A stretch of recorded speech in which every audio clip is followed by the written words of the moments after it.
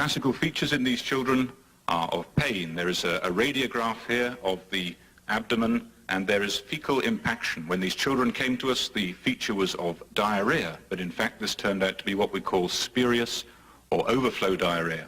There was soiling, loss of continence, fastidious eating habits, reflux and nighttime wakening. They get heartburn, and they wake up very distressed. And these symptoms are the same wherever you go. If I listen to parents from Canada, from the States, from Europe, from Australia, the story is the same. When we look in that specific cell, using an antibody which picks up measles protein and only measles protein, we find it in that cell. What is the link between the gut and the brain? Because this is one of the most difficult things for people to understand. How can the gut influence the brain? I come from a liver unit where we see patients with chronic liver failure, acute liver failure all the time. And one of the classical manifestations of that is hepatic encephalopathy.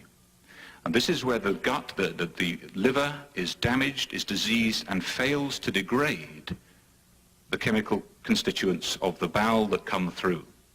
It fails to mop them up and clear them out. They impact upon the brain. This is largely reversible. If you're hit with these for long enough, it becomes irreversible.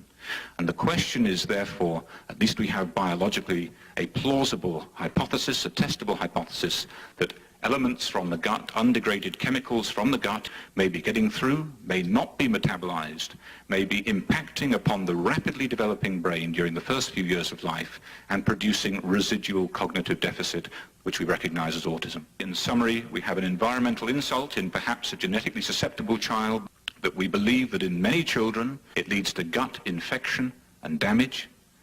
That leads to an ingress, an impaired metabolism, degradation of these chemicals from the gut that then get through an impact upon the brain.